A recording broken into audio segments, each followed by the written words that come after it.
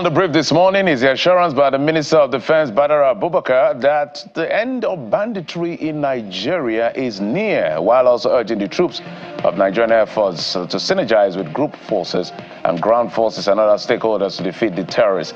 The minister was accompanied by the Chief of Air Staff, Air Marshal Hassan Bala Abubakar, was speaking when he commissioned 2 additional helicopters inducted into the Operation Fansan Yama Sector 2 at the airport wing of the Nigerian Air Force in Katsina State. The minister says the 2 additional helicopters have an advantage over other fighter jets to ensure that no enemy can hide in the northwest region. We launch new platforms to fight the bandits and the terrorism in Katsina. And here we have an annex in Sokoto, thanks to the governor for all his support. We are arranging an annex here where some of the aircrafts will be stationed here also for the fight. So today we launch new aircrafts, new platforms for the fight against terrorism, and the latest version of attack helicopters, and some UAVs in Katsina. That's Sector 2 of the operations Pansayama, and we come to inspect how ready Sokoto is to take some of these platforms that we have, so we can be able to deploy either from Sokoto or from Katsina to serve the Sector 2 of the command of the operation Pansayama. At the interim, what are your assessments? Well, I think they are ready. You can see some of the aircrafts have landed. Even one of the platforms is here, and we will bring some more as we promised, and I think they are ready. And I inspected also the new site where we are building a permanent site for the Air Force, so as to really have strong annex here, so that a lot of other aircrafts can be brought here to support the fight. The Air Force is really pushing very hard with the recent attacks in so many bandits hideouts, and you also know that the bandits are running away from us today. Now they are running away from the attacks, and the decisive and quick action taken on Lakurawa is a testament to the brilliance and the resilience of our armed forces. We're not done with security, and we're big on security today, where the Nigerian Air Force has confirmed that airstrikes conducted by the air component of Operation Fansan Yama on November the 16th successfully wiped out major arms depot and residence of notorious bandit kingpin Malam Saleh in Palele, Chiroro local government area of Niger State, and killed a great number of terrorists. A statement by the Air Commodore Olushola Akimboyewa says the air component of the operation of Fansan Yama, leveraging critical intelligence, tracked Malam Saleh's movement and meticulously planned this strike to dismantle his operation. Malam Saleh had long terrorized Shiroro communities with relentless attacks, abductions, and extortions. Now, the strategic approach of equipping and training tactical units to respond to insecurity in all parts of the country is being adopted to quell crimes, especially with the emergence of a new terror group in the northwestern part of the country. This is coming from the Inspector General of Police, Kayode Egbetokun, during his visit to Delta State for the handing over of utility vehicles by Governor Sheriff Oborowere to the police to assist the force in its mandate of tackling crime and criminality in the state. We have in place our tactical units deployed all over, responding to distress situations in all the states of the Federation. We are not only deploying them, we are training them, and we are giving them the necessary equipment that they need to discharge their duties effectively and to serve their communities better. Let's head to the Southeast now, where the National Security Advisor, the nation's capital, I should say, where Mr. Nuhu Ribadu, who is the National Security Advisor, has inaugurated the Federal Government's Council for the Coordination and Protection of Critical National Assets and Infrastructure.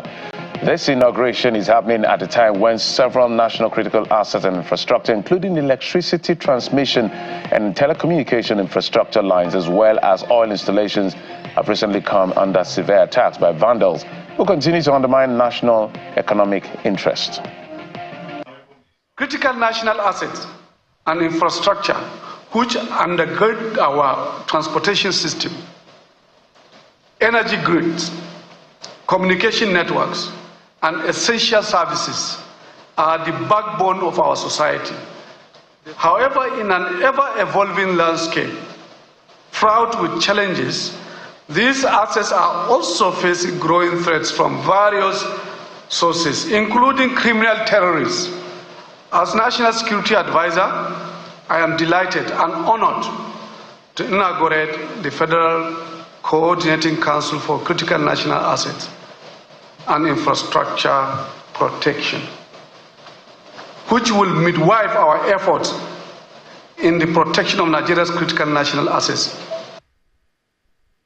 All right, good move. Let's head now to the southeast, where 4 persons have reportedly been killed by unidentified gunmen suspected to be enforcing the sit-at-home order, opened fire on some residents and security operatives in communities in Donokofia local government area and Idemili North local government area of Anambra State.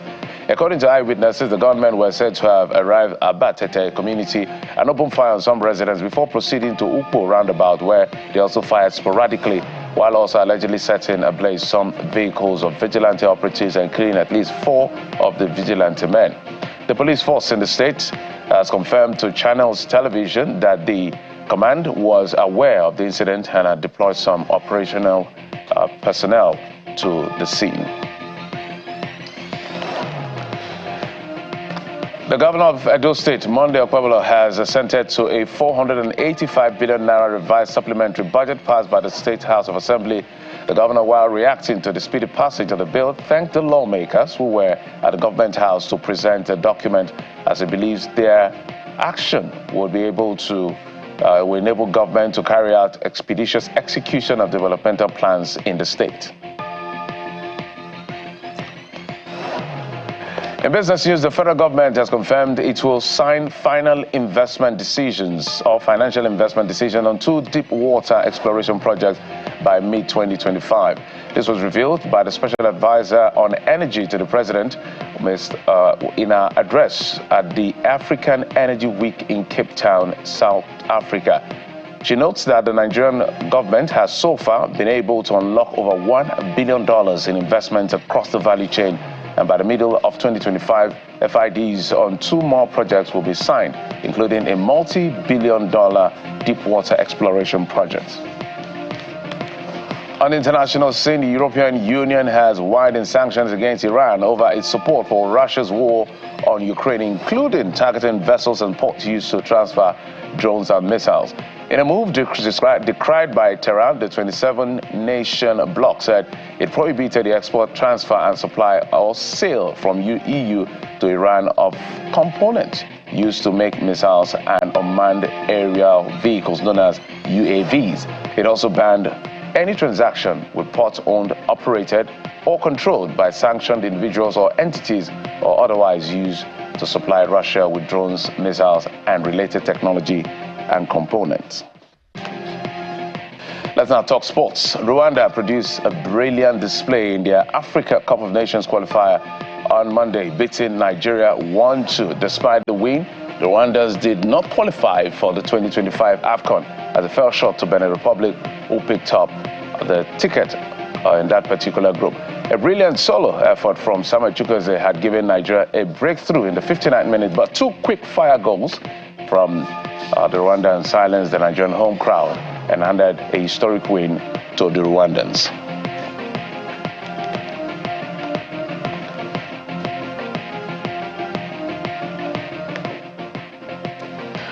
All right, so the way it is, they played for pride and they got the result. Oh, no, we played for pride. They played to get on to the AFCON, but of course they couldn't get on to the AFCON. But they say in football, anything can happen. So let's see how it plays out for the Super Eagles when we now face them for the World Cup qualifiers. We can't make these mistakes. But those are the stories we're tracking for in the last 24 hours and better part of today.